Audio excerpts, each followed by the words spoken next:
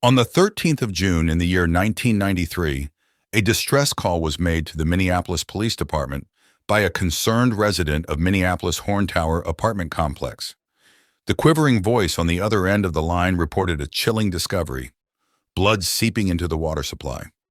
Upon investigation, law enforcement officers uncovered a gruesome sight: a lifeless woman brutally stabbed to death in her opulent Minneapolis apartment. The scene itself was a testament to a heinous, calculated act of violence, leaving everyone baffled as to the identity of the ruthless perpetrator.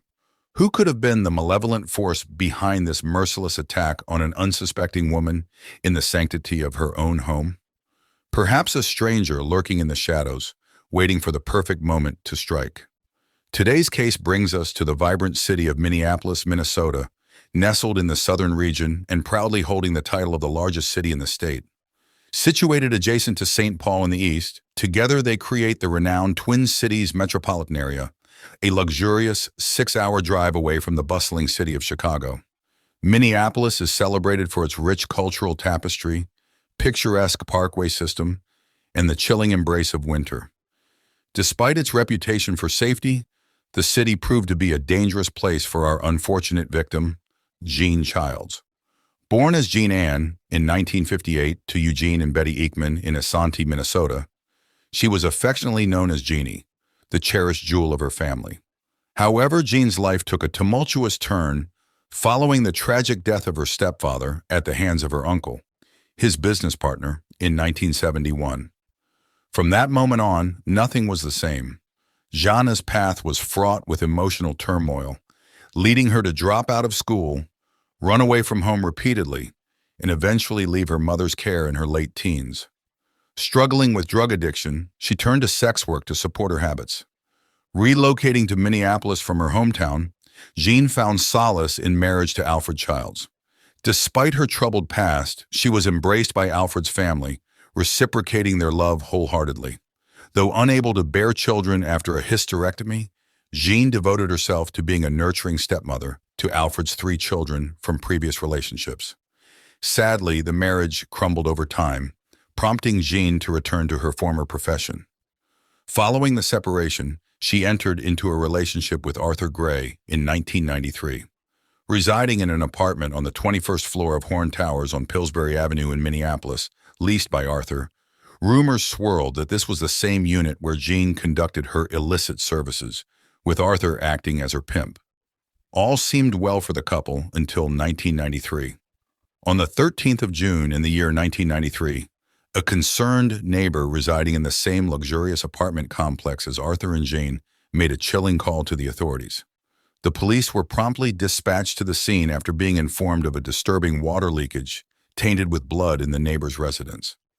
Upon their arrival, the law enforcement officers swiftly identified the source of the blood, which led them to Arthur and John's apartment. As they entered the premises, a ghastly crime scene unfolded before their eyes. The floor was drenched in a macabre mixture of water and blood, while the bedroom window stood ajar with the screen missing. The shower was left running, yet unoccupied.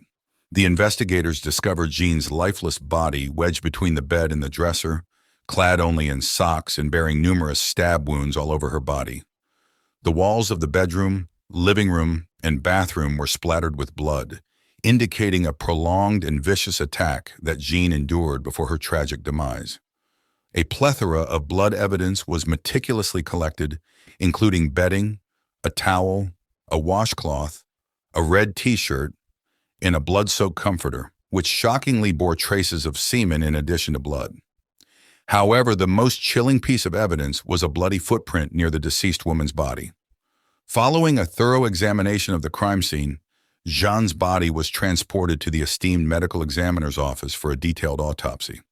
The autopsy report unveiled a harrowing total of 65 stab wounds inflicted across Jean's neck, chest, abdomen, back, hands, arms, and buttocks, indicating a brutal and merciless attack that continued even after her passing. One particularly forceful stab wound pierced through her heart, exposing her internal organs. Despite an abundance of genetic evidence at their disposal, the investigation seemed to be at a standstill, shrouded in mystery and intrigue. An unknown male profile was created from the DNA found at the scene of the crime, yet a search through the criminal database yielded no results. Jean, due to her occupation, frequently welcomed strangers into her apartment, making it difficult for investigators to narrow down suspects. No witnesses stepped forward with any information. Regrettably, this case received minimal media coverage. With no concrete leads, the case quickly turned cold and remained so until 2015. Throughout this time, Jean's family grieved her loss and held on to the hope that justice would prevail one day. Betty, Jean's mother, persisted in staying in touch with investigators, refusing to lose hope. Labeled as exceptionally challenging to solve, the case lingered as one of the most brutal in Minneapolis, with the DNA evidence stored away. The question was never about the cruelty of the crime, but rather who was responsible. In an effort to provide closure to the family, the case was reopened in 2015 following advancements in DNA technology. Over the years, DNA technology has evolved significantly, with DNA genealogy emerging as a valuable tool for law enforcement in resolving cold cases. Despite the case being reopened in 2015, it took an additional 3 years to uncover the truth. The investigators finally traced the suspect, a Minneapolis resident named Jerry Westrom, through the DNA trail. Authorities disclosed that the data was obtained from a public profile where either Westrom or a close relative had submitted DNA for genealogical purposes. Upon further investigation, it was revealed that Jerry Westrom was a businessman residing in Isanti, Minnesota, operating a 92-acre organic farm in Cambridge, Isanti County. He was a married man with 3 children and had previously owned gas stations and a Sears appliance store. Despite being a resident of Isanti, he resided in the luxurious Twin Cities of Minneapolis and St. Paul, Minnesota from April 1991 to December 1993. At the time of Jean's tragic murder, he was a sophisticated 27-year-old man living near her elegant apartment. In the year 1993, Westrom's DNA was not yet in the criminal database. However, he had a history with the law. In 2004, he was convicted of carrying a pistol without a permit and driving while impaired in Isanti County, resulting in a sentence of 90 days and 6 months respectively. His legal troubles continued in 2011 and 2012, with convictions for driving while impaired. In 2015, he was convicted of a misdemeanor for attempting to engage in sex work in a public place in Stearns County, Minnesota, leading to a 20-day jail sentence. Fast forward to 2018, detectives identified him as a suspect through genetic genealogy testing, but needed more evidence to formally charge him. To obtain a DNA sample without his knowledge, detectives discreetly followed him. Their opportunity arose when Westrom carelessly discarded a used napkin after enjoying a hot dog at his daughter's hockey match. The DNA from the napkin was sent for testing, and when the results came back, it was a match to the DNA found at the crime scene of Jean's murder. Consequently, he was apprehended in February 2019. On February 14, 2019, Jerry Westrom was charged with second-degree murder in the 1993 stabbing of Jean Childs. The following day, he posted bail of $500,000. Subsequently, on June 25, 2020, he was indicted for first-degree premeditated murder for the same crime. A month later, on July 24, 2020, he pleaded not guilty to the charges. Westrom's trial commenced in August 2022, with the defense asserting that they had the wrong man and pointing to another suspect, Jean's former boyfriend, Arthur Gray. Arthur was known for his abusive behavior, and traces of his hair were discovered in the victim's hand. Despite his demise after many years, the prosecution presented a witness who claimed to have been with Arthur at a motorcycle event out of town when Jean was murdered. The prosecutors emphasized that not only did Westrom's DNA match that of the attacker, but his footprint also perfectly aligned with the bloody print found at the crime scene.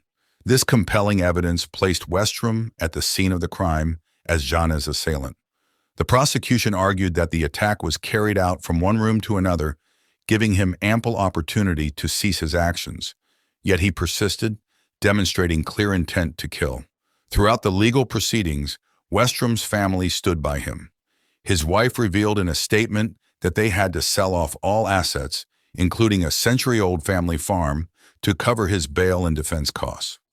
Following a brief deliberation, a jury convicted Jerry Westrom of first-degree premeditated murder and second-degree intentional murder of Jean Childs on August 25, 2022. On September 9, 2022, Judge Juan Hoyos sentenced the 56-year-old Westrom to life imprisonment, with a minimum of 30 years before parole eligibility. Family members and loved ones shared heartfelt memories of Jean and the profound impact her tragic death had on their lives. Jean's mother, Betty Ekman, expressed her enduring pain in court, lamenting the loss of her daughter and the years of anguish she endured. Jean's niece, who was just a child at the time of the murder, recounted memories of her aunt's funeral. Cindy, Joan's sister, conveyed a poignant message through a court statement. Amber Childs cherished her memories of Jean, whom she lost at a tender age of 4.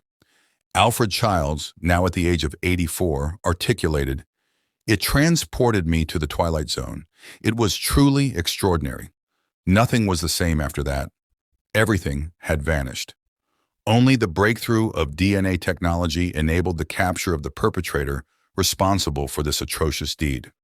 After 3 decades of anticipation, Jean's family at last received retribution.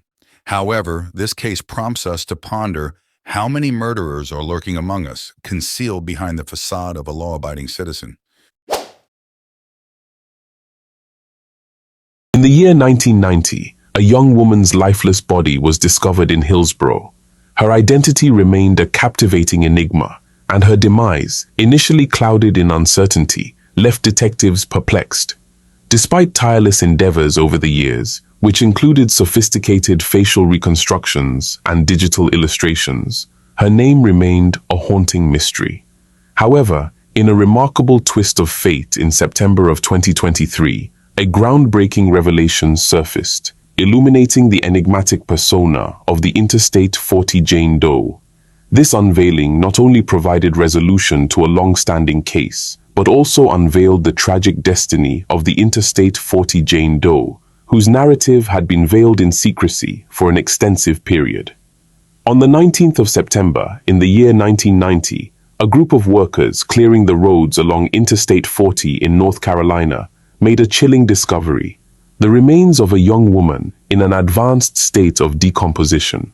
She was uncovered partially dressed, lying 15 feet below an embankment close to the New Hope Church Road exit. The body had been left undisturbed for nearly a week before being detected.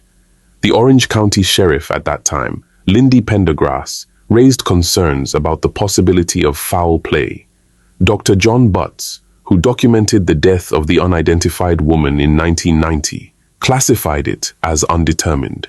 The young woman discovered near Interstate 40 had distinctive characteristics. Her natural brown hair had been dyed a strawberry blonde, cascading down to her shoulders with frosted tips. Standing at approximately 5 feet 3 inches and weighing around 115 pounds, investigators approximated her age to be between 15 and 25 years old. Examination of her dental records unveiled intriguing details. All 4 wisdom teeth were still below the surface, with one tooth exhibiting a rare lingual crossbite, while 3 others were similarly misaligned. She had cavities in 3 teeth and dental restorations in 3 others. A 3-inch scar on her lower right abdomen indicated a previous appendectomy. Remarkably, there were no indications of childbirth, fractures, or breaks in her bones. Toxicology screenings confirmed the absence of drugs in her system. Dubbed the Interstate 40 Jane Doe due to her proximity to the highway, she had passed away approximately 4 to 6 days before her discovery on September 19, 1990. Clad in a distinctive pink sweatshirt featuring 3 white rabbits, 2 on bicycles and 1 on a unicycle, a bra and white socks, she also sported a brass bracelet on her left wrist and a fashionable ring on one finger. The youthful attire she wore led authorities to speculate that she was likely a teenager. Every intricate aspect of her appearance and possessions played a vital role in unraveling the enigma shrouding her demise. The absence of footwear and the peculiar items she adorned herself with sparked inquiries into the circumstances surrounding her tragic end. Despite the X-rays revealing no broken bones and the body examination ruling out death by shooting or stabbing, the authorities were unable to officially ascertain the cause of her passing. While the experts speculated she might have been strangled, the investigation hit a dead end. Despite scouring missing person reports in the vicinity, no connections were found. All that remained were the victim's garments, accessories, a few distinctive features, and the X-rays taken by the medical examiner. Undeterred by the obstacles, the detectives persisted in their quest to unravel the mystery surrounding the young woman's tragic fate. The discovery of her body near Interstate 40 led to speculations that she could have hailed from anywhere between Barstow, California, and Wilmington, North Carolina. This conjecture fueled the belief that she might have been slain elsewhere and transported to the location where she was discovered. In September 1990, witnesses reported a potential sighting of the girl in Alamance County before her demise. Recollections of an individual resembling her description, clad in a pink sweater adorned with rabbits, emerged. Despite the creation and dissemination of a composite sketch based on these testimonies, no one came forward with her identity. Nevertheless, the investigators remained resolute in their pursuit of solving the case, tirelessly following leads and amassing evidence to uncover the truth behind the mysterious death of the Interstate 40 Jane Doe. As the inquiry progressed, each detail of her appearance and possessions assumed paramount importance in reconstructing the sequence of events leading to her premature passing. Despite exhaustive efforts to identify her and elucidate the circumstances surrounding her demise, no breakthroughs were made. In the year 1990, when the unfortunate victim met her demise, the realm of DNA technology was in its infancy, unable to unmask the identity of unknown perpetrators. Thus, investigators resorted to conventional methods such as witness interviews, pursuit of leads, and scouring missing person records.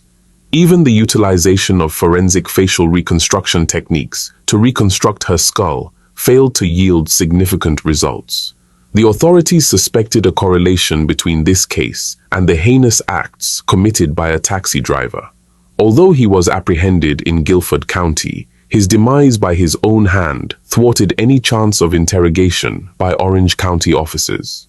His identity remained veiled in secrecy, leading the investigation to a standstill, compelling detectives to seek alternative avenues to unravel the enigma surrounding Jane Doe's tragic demise.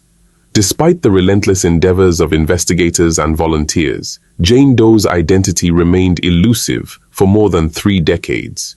In 2018, a digital rendition of the composite sketch was disseminated to the public in the hopes of triggering recognition, yet no one stepped forward to unveil her identity.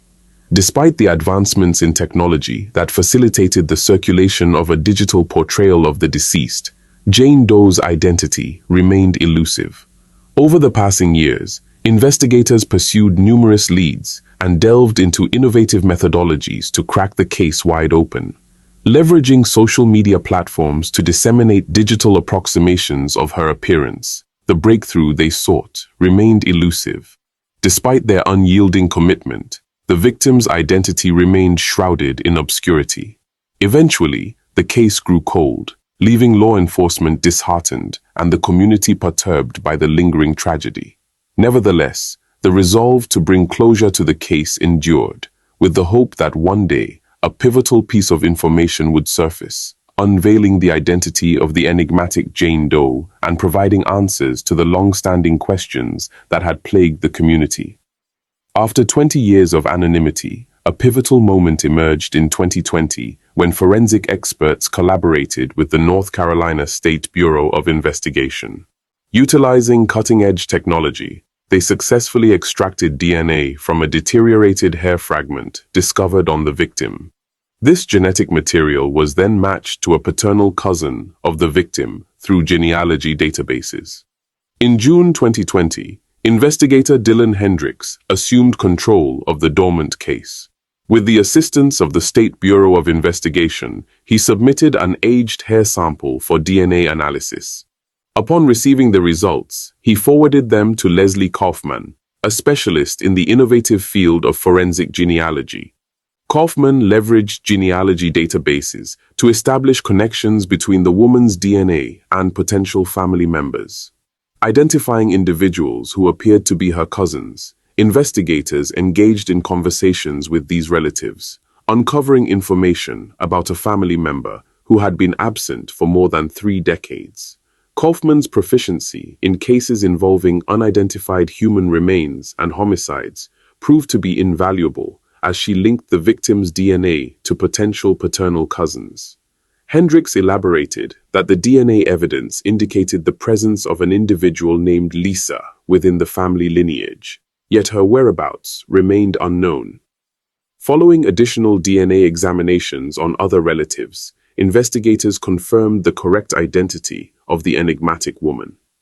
As the inquiry progressed, interviews were conducted, revealing the existence of a female relative named Lisa Coburn Kessler, who had been missing for over 30 years. This groundbreaking development propelled investigators closer to unraveling the identity of the long-unknown victim and instilled hope for ultimately resolving the case. Lisa Coburn Kessler, a native of Georgia, led a life veiled in secrecy before tragedy befell her. While her precise date of birth remains elusive, she would have been approximately between 15 to 25 years old in 1990. Information regarding her upbringing is scant, leaving much to the imagination. Nevertheless, the available details depict a young woman endowed with a distinctive allure. Lisa was renowned for her luscious, natural brown hair, which she frequently transformed into a dazzling strawberry blonde hue, exuding an air of sophistication and uniqueness.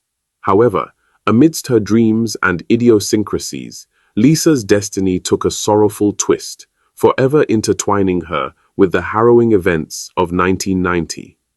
No one could have foreseen the dark path her life would take, as the shadows of her once joyful days loomed ominously on the horizon.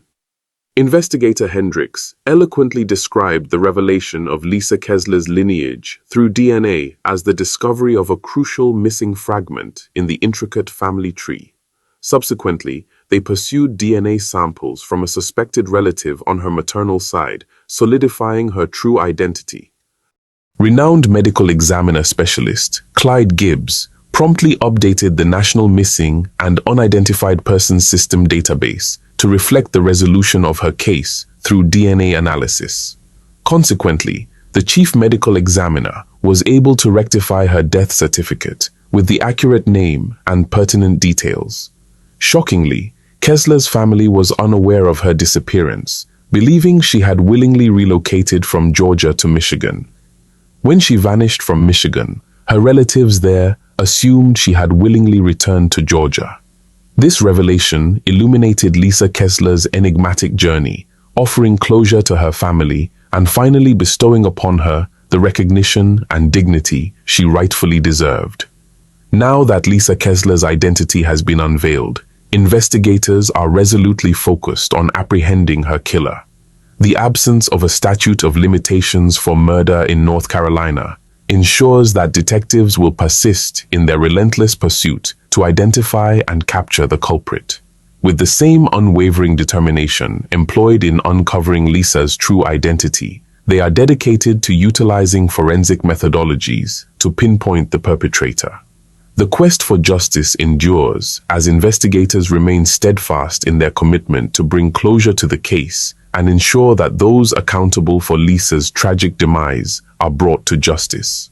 Sheriff Blackwood expressed profound relief that the enigma surrounding Lisa Kessler's identity, which had lingered for decades, had finally been unraveled. The investigators, volunteers, and professionals received his heartfelt gratitude for their unwavering dedication to the case, demonstrating the strength of perseverance. Although the family could not reunite with their beloved, the identification provided a semblance of resolution. Sheriff Blackwood underscored the continuous dedication to apprehending Lisa's killer, citing that justice knows no bounds.